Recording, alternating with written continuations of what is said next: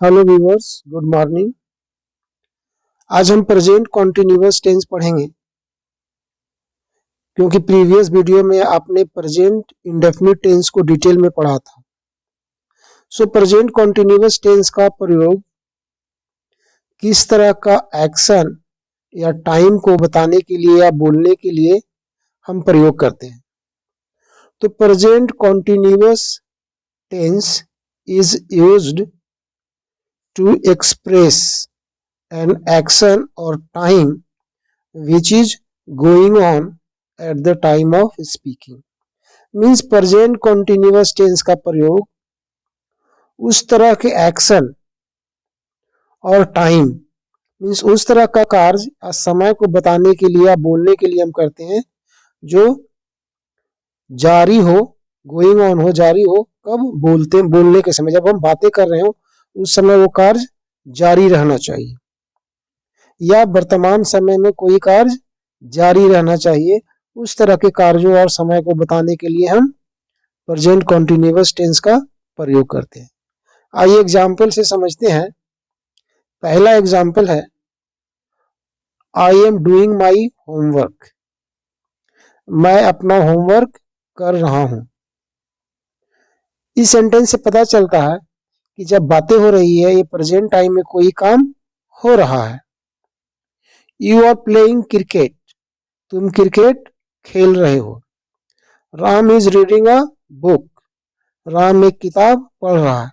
तो इन सभी एग्जाम्पल से प्रतीत होता है कि कोई काम वर्तमान समय में जारी है। अब है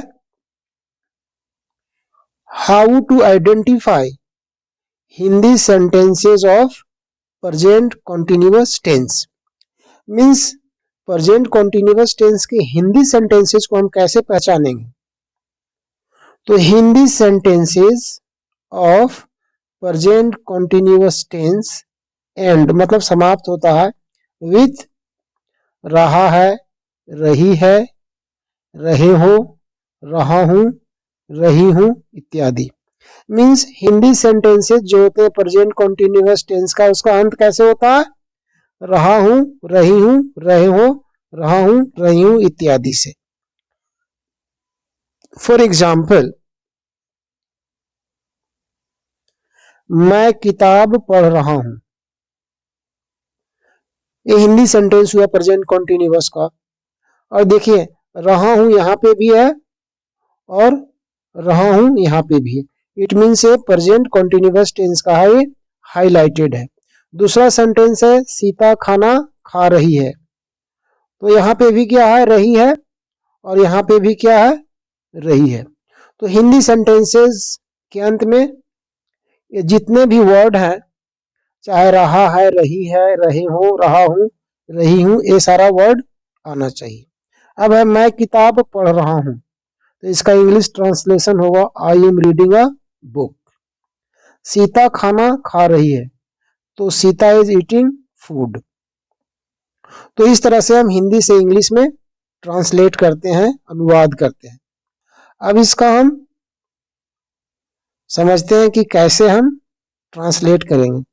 मीन्स हिंदी से इंग्लिश में कैसे ट्रांसलेट करेंगे, या अगर हम डायरेक्ट इंग्लिश में वाक्य बनाना चाहते हैं तो हम कैसे बनाएंगे। तो देखिए जैसे स्ट्रक्चर ऑफ इंग्लिश सेंटेंस। तो फर्स्ट ऑफ ऑल सब्जेक्ट कर्ता जो नाउन और प्रोनाउन के रूप में प्रयोग होता है। उसके बाद is, are, am helping verb के रूप में आएगा। अगर ये सब्जेक्ट सिंगुलर है, तो इज का प्रयोग होगा। अगर ये प्लूरल है तो आर का प्रयोग होगा और आई के साथ एम का प्रयोग होगा। उसके बाद V4 को ING फॉर्म बोलते हैं। जैसे गो V1 है तो उसके साथ ING लग गया तो गोइंग, प्लेइंग, ड्रिंकिंग, तो V4 का प्रयोग होगा। उसके बाद फिर ऑब्जेक्ट का प्रयोग होगा। मीन्स जिसको बोलते हैं हिंदी में कर्म। तो कर्ता, क्रिया और कर्म। तो V4 equals to V1 plus ING। अब आगे हम इसको उदाहरण से समझते हैं। जैसे I am going to market. तो यहाँ पे आई क्या है? सब्जेक्ट। एम क्या है? Helping verb. गोइंग क्या है? V4। और मार्केट क्या है? ऑब्जेक्ट। मीन्स कर्ता, क्रिया और कर्म। इस तरह से हमारा सेंटेंसेस बनता है। थोड़ा सा मैं आपको यहाँ पे इंग्लिश में कैसे वाक्य बनाना है बना बताता है। अगर हम बोलते हैं I am going to market, तो अगर ये मार्केट ना होकर यहाँ पर स्कूल भी हो सकता है, यहाँ पे I am going to Delhi हो सकता है, I am going to office हो सकता है। तो हम इंग्लिश में सेंटेंसेस बनाएंगे। अगर हम यहाँ गोइंग लिखेंगे तो यहाँ पर कोई स्थान होगा जहाँ पे जाया जाता है वो पे लिखते हैं। अगर हम यहाँ पर देख ले we are watching cricket match, हम वो वॉच मीन्स होता है देखना, तो देख रहे हैं तो क्या क्रिकेट मैच हो सकता है, फुटबॉल मैच हो सकता है, यहाँ पे टीवी हो सकता है, सिनेमा हो सकता है। तो इस तरह से हम डायरेक्ट इंग्लिश में सेंटेंसेस बनाएंगे।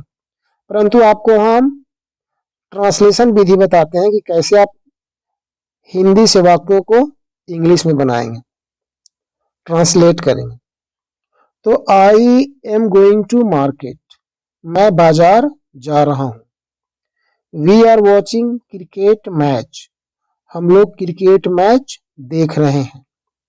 You are driving a car, तुम एक कार चला रहे हो। They are working in the field, वे लोग खेत में काम कर रहे हैं। He is speaking in English, वह इंग्लिश में बातें कर रहा है। मीन्स वह अंग्रेजी में बातें कर रहा है। अगला एग्जाम्पल है, नेक्स्ट एग्जाम्पल है, she is writing a letter to her father, वह अपने पिता के पास एक पत्र लिख रही है। इट इज रेनिंग नाउ, अभी वर्षा हो रही है। Mohan is coming from school, Mohan school से आ रहा है। The cow is grazing grass in the field, गाय घास चर रही है। कहाँ? मैदान में चर रही है। गाय मैदान में घास चर रही है। The children are making a noise, बच्चे शोरगुल कर रहे हैं। मेकिंग अ नॉइज मीन्स होता है शोरगुल करना या हल्ला करना। नेक्स्ट एग्जाम्पल है, the teacher is teaching in the class, शिक्षक क्लास में पढ़ा रहे हैं। My friends are eating samosas, मेरे दोस्त समोसा खा रहे हैं। फिर थोड़ा डिफिकल्ट सेंटेंस है, the population of India, Bharat की आबादी। देखिए हिंदी और इंग्लिश सेंटेंस में कैसे अंतर होता है वो शब्दों में।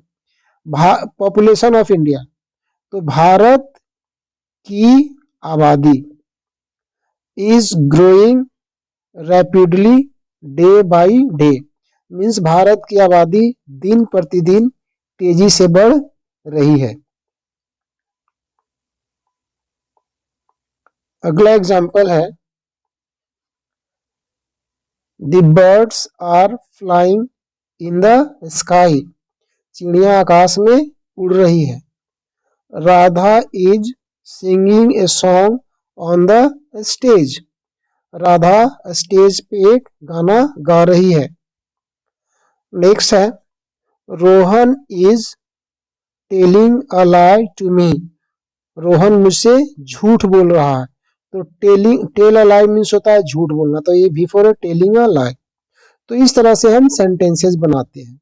आपको करना है, इन सभी सेंटेंसेस को हिंदी में तो समझ लिए, परंतु आपको इंग्लिश में समझना है। इसको इंग्लिश में नोटबुक पे लिख कर 5-6 मिनट में इसको जोर जोर से पढ़ना है, तो फिर आपको इंग्लिश में सेंटेंसेस बनाना आ जाएगा। तो हमेशा सेंटेंसेस बनाने के लिए आप इंग्लिश में क्या करेंगे, सबसे पहले मान लीजिए कोई आपने सब्जेक्ट लिख दिया, फिर इज आर एम, फिर V4, फिर ऑब्जेक्ट। फॉर एग्जाम्पल लिखते हैं, वी आर प्लेइंग। अब वी आर प्लेइंग तो क्या खेल रहे हैं? क्रिकेट हो सकता है यहाँ पे, फुटबॉल हो सकता है, बैडमिंटन हो सकता है। तो इस तरह से ही इस वर्ब के अनुसार हम क्या लगाएंगे, ऑब्जेक्ट लगाएंगे। अगर हम यहाँ पे ईटिंग लिखते हैं तो इसका मतलब इसके आगे खाने के पदार्थ के नाम होगा। अगर हम वर्ब के रूप में लिखते हैं सिंगिंग, इट मीन्स इसके आगे चाहे वो भजन हो, सॉन्ग हो, ओल्ड सॉन्ग हो, न्यू सॉन्ग हो, वो यहाँ पे ऑब्जेक्ट के रूप में होगा। तो सब्जेक्ट के रूप में हमेशा कोई नाउन या प्रोनाउन, फिर उसके आगे इज आर एम का प्रयोग कीजिए, फिर भी फॉर ए जो लिखेंगे इसके अनुसार यहाँ पे क्या लिखेंगे, ऑब्जेक्ट का प्रयोग करेंगे। तो इस तरह से try to make your sentences in English. So thank you so much for watching this video. Please subscribe if it is helpful for you and share in your friends. Thank you so much for watching this video.